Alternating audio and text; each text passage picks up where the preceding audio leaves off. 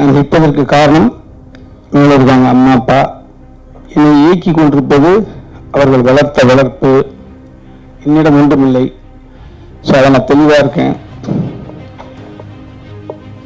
நான் ஒரு ஏதாவது சாதிச்சிருக்கேன் அப்படின்னா that all credit goes to my dad and mom தான்.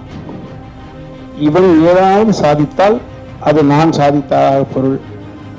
இவர்கள் பிறக்கும் குழந்தை சாதித்தால் அது இவர்கள் சாதித்ததாக பொருள். எனக்கு இறைவனிடம் அந்த பொறுப்பை கொடுத்துருந்தேன். எங்கள் பாப்பாவை நான் முதல்ல சந்தித்த பொழுது எங்கள் பாப்பா கிட்ட சொன்னது தான். அதை உங்கள்கிட்ட பகிர்ந்துக்கிறேன்.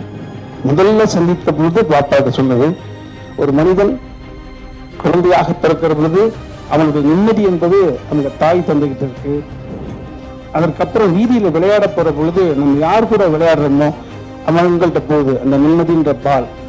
அதுக்கப்புறம் பள்ளிக்கூடத்துக்கு போகிற பொழுது பக்கத்துல யார் உட்கார்ந்துருக்காங்க அவங்களோட கேரக்டர் நம்மளை இன்ஸ்பயர் பண்ணும்.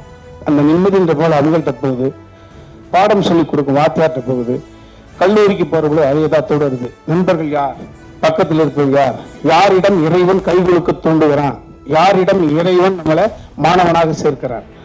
வேலைக்கு போகிற பொழுது நம்மளை விட உயர்ந்த இடத்தில் இருக்கக்கூடிய அதிகாரிகள்கிட்ட போயிருது அந்த நிம்மதி.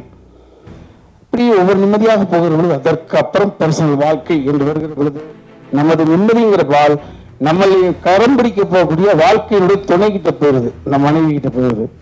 அதே போல என் மனைவி கிராமத்துல கல்யாணம் பண்ண எங்க பெரியம்மாவோட பேத்தி. அதற்கு பிறகு என் மனைவி கன்சீவ் ஆகிற பொழுது இறைவா என் மூலமாக இந்த சிசு உருவாகி இருக்கு, இந்த பூமியில் பிறக்கிற பொழுது இந்த சிசு ஆரோக்கியமாக பிறக்க வேண்டுமே என்ற நிம்மதி அங்கு போகுது. அந்த என் மனைவியுடைய அந்த கற்பம் சூழ்ந்திருக்கிற போது இந்த வயிற்றுல போகுது.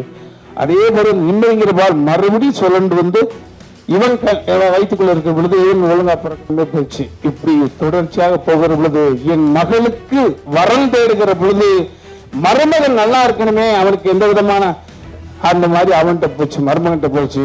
அந்த மருமகனை தேர்ந்தெடுக்கக்கூடிய உரிமையை கூட என் மகனிடம் தான் கொடுத்தேன்.